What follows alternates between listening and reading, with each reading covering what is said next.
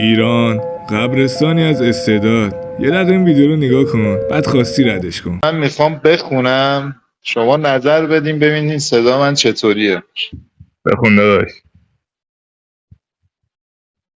امشو یادت وارد دلم تنگابی خراره امشو دوار جوهر شو یاددم توی وتاخم سدام بشنو لك راوة بالم نكان بي پرواز بكم لخاطرات بورو گیانم فدا